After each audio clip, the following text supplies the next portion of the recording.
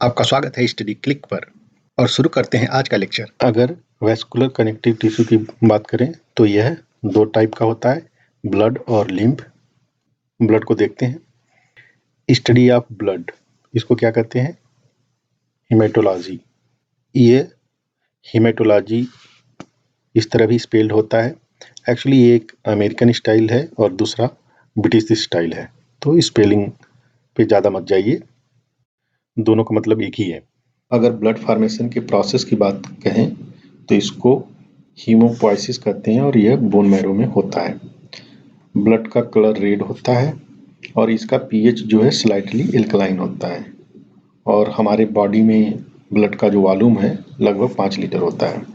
Blood को false connective tissue भी कहते हैं। क्यों कहते हैं? क्योंकि ब्लड सेल्स में पावर ऑफ डिवीजन नहीं होता है, ब्लड में कोई फाइबर्स नहीं पाया जाता है और जो ब्लड का मैट्रिक्स है जिसे प्लाज्मा कहते हैं वो लीवर और लिम्फाइड ऑर्गन में सिंथेसाइज होता है। मतलब जो प्लाज्मा के कंपोनेंट हैं वो लीवर और लिम्फाइड ऑर्गन्स में सिंथेसाइज होते हैं। अगर हम ब्लड कंपोजिशन की बात करें तो यह प्लाज्मा और ब्लड कैप्सूल्स का बना हुआ होता है। प्लाज्मा जो है 55% है और ब्लड कैप्सूल्स 45% है। ब्लड कैप्सूल सॉलिड पार्ट बनाते हैं और प्लाज्मा लिक्विड पार्ट या मैट्रिक्स बनाता है। प्लाज्मा का कलर हल्का पीला होता है और यह क्यों होता है? यह बिलीरुबिन के कारण होता है। और जो प्लाज्मा का कंपोजिशन है 90 से 92% वाटर होता है, बाकी सॉलिड पार्ट होता है। सॉलिड पार्ट में डिफरेंट प्रोटीन्स आते हैं। अगर हम प्रोटीन की बात करें तो 4 मेजर प्रोटीन है, जैसे एल्बुमिन हुआ, ग्लोबुलिन हुआ, प्रोथ्रोम्बिन हुआ और फाइब्रोनेक्टिन हुआ। ये सारे प्रोटीन कहाँ सिंथेसाइज होते हैं? यह लीवर में सिंथेसाइज होते हैं। लेकिन जो गामा ग्लोबुलिन है जिसको हम इम्यूनोग्लोबुलिन कहते हैं, ये लिम्फाइड ऑर्गन में सिंथेसाइज होता है। अगर ब्लड कैप्सूल्स की बात करें तो जो ब्लड सेल्स हैं वो कलेक्टिवली फॉर्म्ड एलिमेंट्स कहलाते हैं। ये 3 तरह के होते हैं।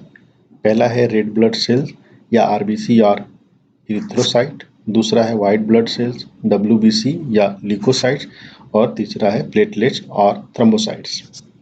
अगर आरबीसी की बात करें तो यह बाइकॉन्केव होता है, सर्कुलर होता है और नॉन न्यूक्लिएटेड होता है।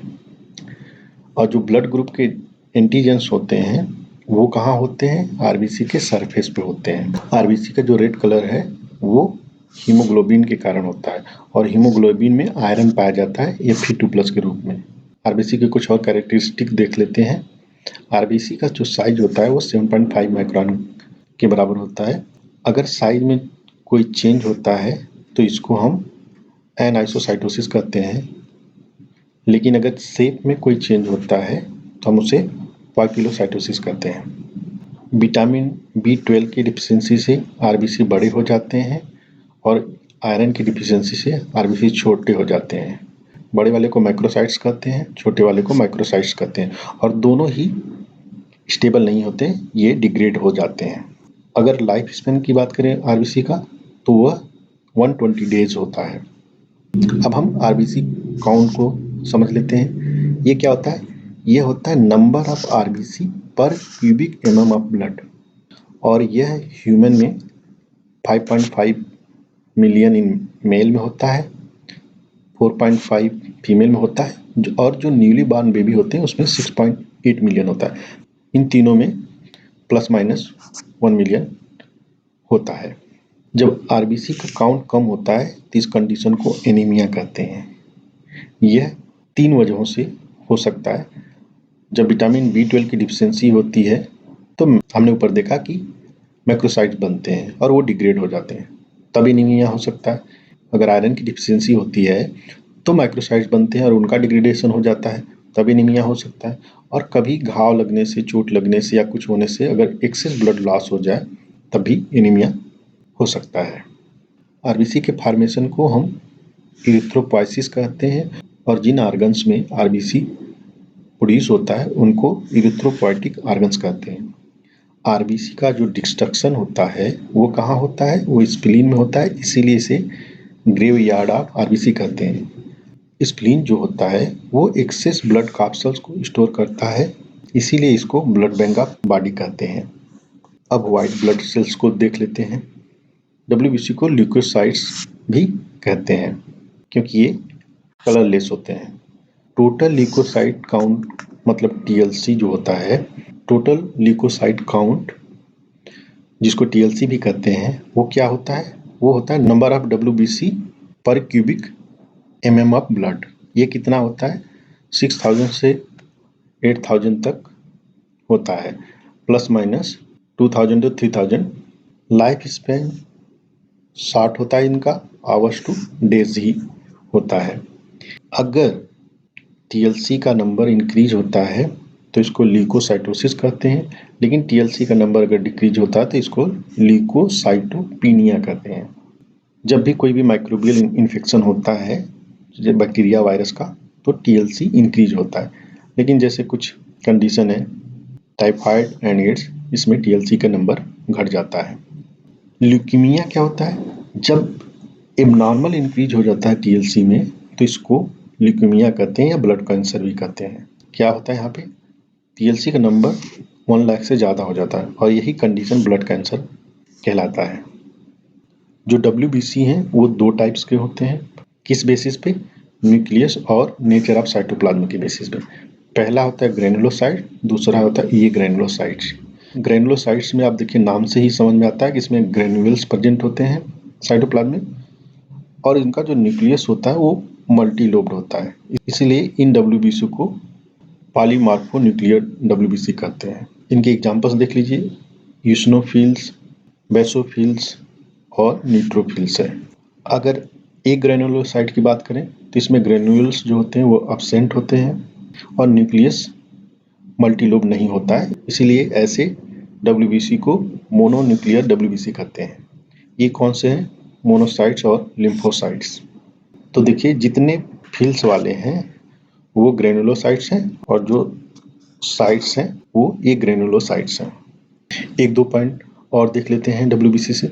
जो न्यूट्रोफिल्स होते हैं वो मोस्ट एबंडेंट सेल्स हैं, लेकिन जो बेसोफिल्स हैं वो लीस्ट हैं। न्यूट्रोफिल्स जो होते हैं और मोनोसाइट्स, ये दोनों फैगोसाइटिक सेल्स हैं। बेसोफिल्स जो होता है ये हिस्टामिन, सीरोटोनिन, हिपेरिन ये सब सिक्रीट करता है और इन्फ्लेमेटरी रिएक्शन में बहुत ही इंपॉर्टेंट रोल प्ले करता है। यूसिनोफिल्स, आपने सुना है कि यूसिनोफिल्स बढ़ जाता है। कब बढ़ता जाता है? जब कभी इन्फेक्शन होता है, और यह एलर्जिक रिएक्शन से रिलेटेड होता है। लिम्फोसाइट्स जो होते हैं 2 तरह के होते हैं, B और T फॉर्म्स। ये इम्यून रिस्पॉन्स से रिलेटेड है। अब प्लेटलेट्स के बारे में देख लेते हैं। ये 2 से 3 माइक्रोन के होते हैं। इनका जो लाइफ स्पैन होता है 2 to 4-5 डेज होता है और इनका जो काउंट है वह 1.5 से 3.5 लाख पर क्यूबिक mm ऑफ ब्लड होता है। इनको थ्रोम्बोसाइट्स भी कहते हैं और ये नॉन न्यूक्लिएटेड सेल फ्रेगमेंट्स हैं एक्चुअली, और ये प्रोड्यूस होते हैं बोन मैरो की स्पेशल सेल से जिनको मेगा कैरियोसाइट्स कहते हैं। ये डिस्क लाइक होते हैं, ओवल होते हैं और या बाइकॉन्वेक्स होते हैं। प्लेटलेट्स का जो नंबर कम होता है इस कंडीशन को थ्रोम्बोसाइटोपिनिया कहते हैं। और थ्रोम्बोसाइट का जो क्रिटिकल काउंट है वो कितना होता है? 40,000 होता है पर क्यूबिक mm ऑफ ब्लड। अगर क्रिटिकल नंबर से कम नंबर हो जाता है थ्रोम्बोसाइट्स का तो स्किन पर रेड स्पॉट, रैशेस आ जाते हैं और इस डिजीज को परप्यूरा डिजीज कहते हैं। प्लेटलेट्स साथ ही साथ डिफरेंट सब्सटेंस रिलीज करते हैं जो कि ब्लड क्लॉटिंग से रिलेटेड होते हैं।